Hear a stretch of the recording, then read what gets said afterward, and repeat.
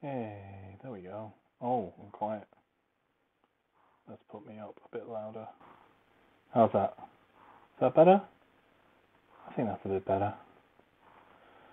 Oh dear. I've got a sleepy baby, so I'm being quite quiet, so I'll try to turn me up a bit. Hopefully that's alright. I've just been listening, because I haven't had a chance to actually sit down with the fucking book. I'm going to listen to more in a minute. Hopefully while I actually get some work done. It's been a week and a half of, like, as in, it's actually been a week, but it feels like a week and a half of not getting anything done. This baby, she's got a tooth. She's in my arm. She's a bit tired now. She's actually asleep. I'm talking about the Wheel of Time, or specifically in chapter 9, which I think is the weaving of the wheel. Don't you dare sleep. Don't you dare wake up. Stay asleep. Yeah, it's the backstory of Manetheren. And I'm like, shit, that's amazing. Oh, that's so fucking cool. Oh, this series. And I know it gets that epic later on, but you'd have me like, whoa. Oh. And, yeah, this is really not going to be a long recording. I'm going to get back to it. This is not really. I mean, besides the epic tale of Manetheren and their resistance to the Dark One, there isn't actually that much to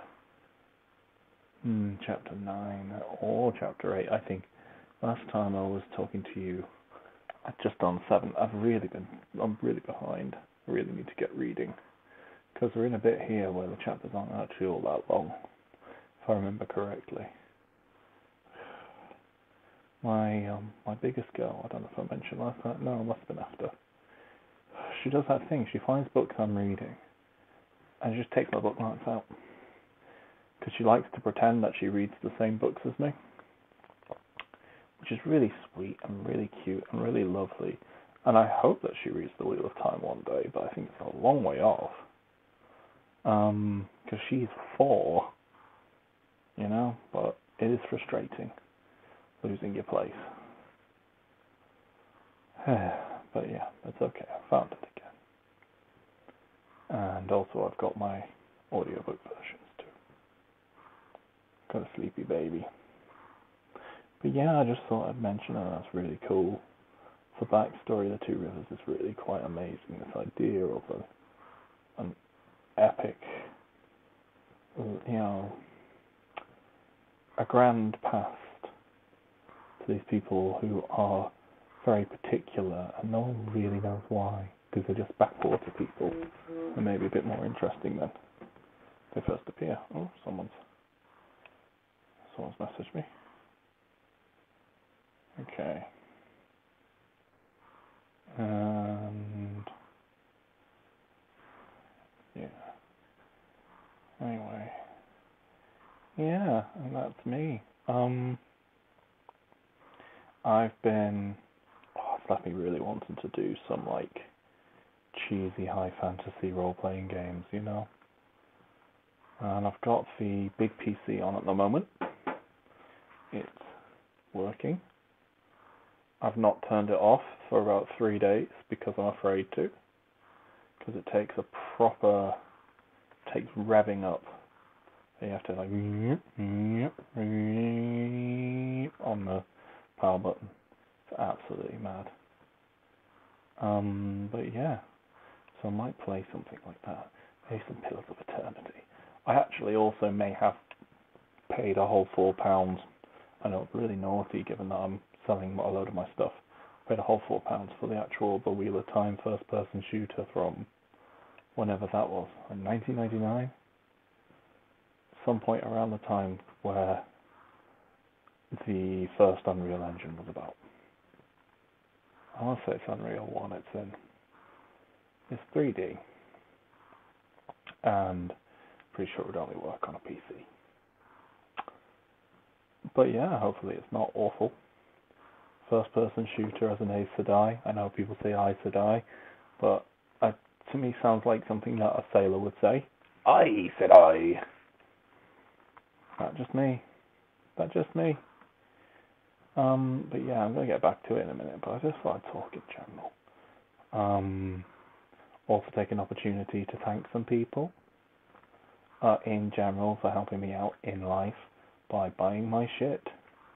So like Scott from RPG Years / RPG Years Discord, because he's not actually hosting it anymore.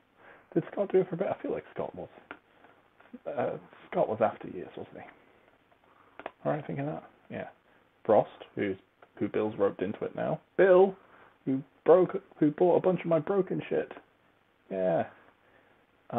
Brett from Skeleton House, otherwise known as Skelly, bought a bunch of my old roleplay manuals, including my copy of the 1990s classic Rifts. I hope he enjoys the art, because that game is horrible to play. You've got like a 3-hour minimum. If you know what you're doing, it's 3 hours to make your character. Absolutely bananas. But it's definitely a cultural artifact. But yeah, he bought Rifts off me and my copy of D20 Modern, which is pretty good actually. It's quite a good all-purpose roleplay manual. Just the old D20 system. So it's the same one that Pathfinder runs in, for example. And it's got some pretty good ideas on how to do like vampire stuff.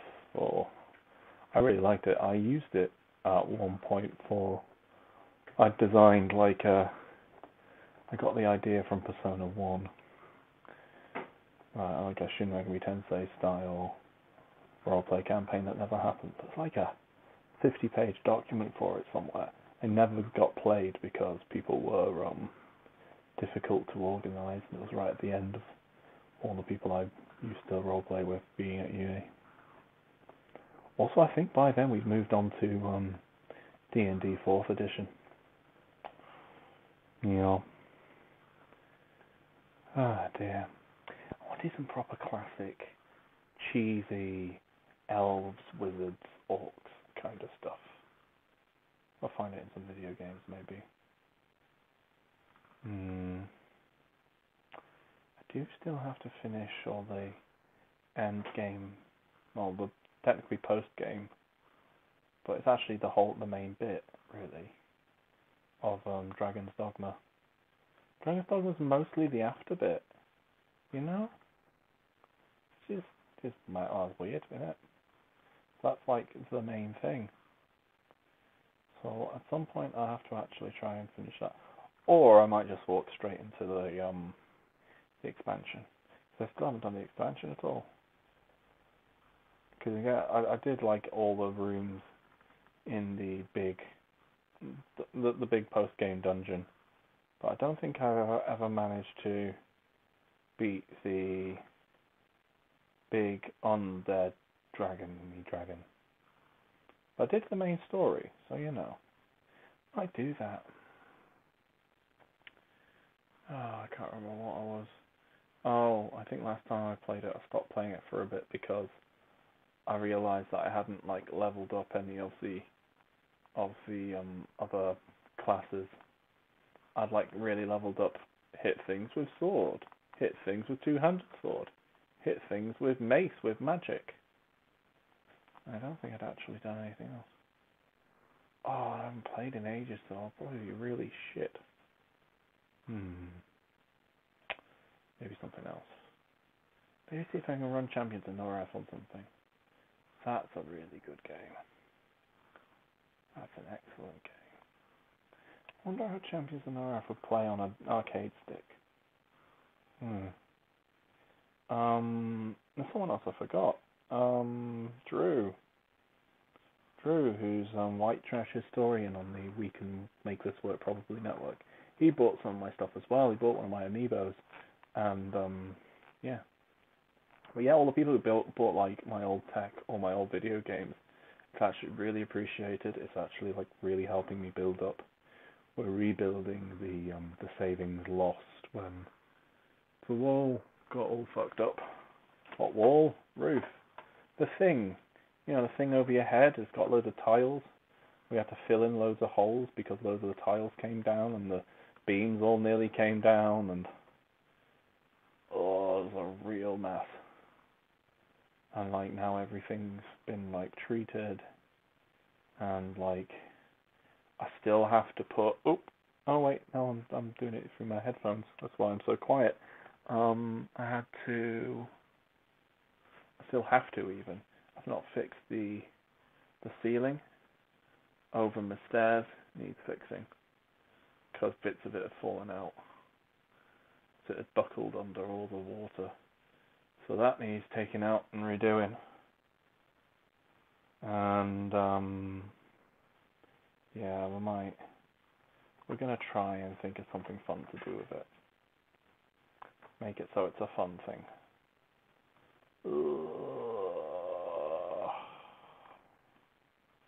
Loads of people this weekend. I should really be doing. We've got medical conferences I'm meant to be sorting. It's just all like just on the edge of being sorted, you know. Ugh. It's just clusterclock.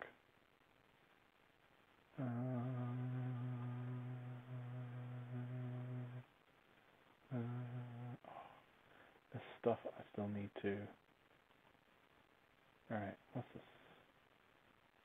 Oh, that's naming protocol stuff. I need that.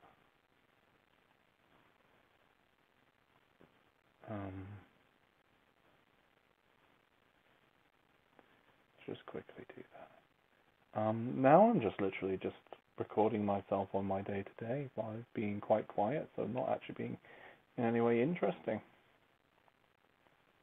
But yeah, sorry, I was putting naming protocols in my documents so that I can look at them later when I need them. Oh, my nose.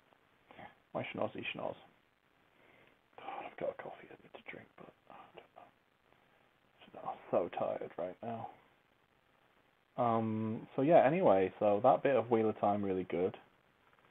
And then all the people who sent me money for shit, really good. Oh yeah, Ben just sent me money for nothing and chicks for free. It was amazing. Yeah, Ben from Dragoon Effect. There is something I was going to do for him, but we haven't had a chance to yet because my artist has been busy. I genuinely, like, he sent me $10. Not $10, he sent me £10, which is what? $12 something? Which is very good. Really nice of him. Such a lovely chap. He's always a lovely chap. Like, I don't think there's, like... I mean, there's people, like, obviously, like, within the little community we've carved out for ourselves in Audio Only Let's Plays, like, and the adjacent things like Super Switch Club and so on. Like, there's people who are absolute, just like rays of light and absolute little sunshine balls. You know, you got Skelly and you got Dan K and so on, who are just like little sunshine balls. Oh, and Dee's is really lovely. But Ben is like the most, even when he's not necessarily being positive, I don't think I've encountered anyone on the internet who's so supportive and so like for everyone's shit. No matter what you do, he seems to be like, yeah, that's brilliant, do it. I don't know. I might have misread it. I apologise if I have, but he's just lovely. It's just lovely, and they're all lovely. This has been really nice. Yeah, it's really, really been nice. It's been such a lovely like month for people being nice.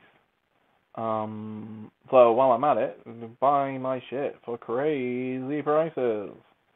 I know that like if you go on the spreadsheet, it's mostly stuff that's PAL region, but you know what? Your telly, right? Even if you're American, you've got an American telly, unless it's like an old CRT thing. If it's like a modernish telly, right, PAL stuff will just work in it. Even if you might have to go into a debug mode or something, PAL stuff will just work. Because you know what about the tellies? You know what the secret thing about all the tellies in the past 20 odd years? They're all made in the same factory. So yeah, so there's that. Yeah. So you should all buy my old PS2 collection because you could also buy a PS2. Bet you didn't think of that. Yes, sir, Bob. You could buy a European PlayStation expressly for the purpose of only playing games that you can buy from me. Yes. Yes, and that may sound absolutely stupid and a ridiculous idea given that the PS2 is very easily emulatable now. Yes. Yes, I mean you could buy for the amount of money that you'd end up spending on the postage alone, you could probably buy something like a Retroid that had run those games. But you wouldn't be sending money to me. And we are collectively funding Royal Mail. Like, they've got to get their money from somewhere if we want to keep those little red vans going. You know? Want to keep Postman Pat in a job? I think Ratcon Postman Pat is part of a private delivery service, isn't he? Does Postman Pat work for Amazon now? Oh, that'd be grim. Oh, ooh, grim. Oh, grim thought. Postman Pat in a Prime van. Ugh, yuck, yuck, yuck. If I stuck to my ethical guns, I'd stop sending money Amazon's way. But then again, they're very, very easy. And I do avoid spending money so much right now. Golly gosh. The piracy alone saving me quite a bit of cash.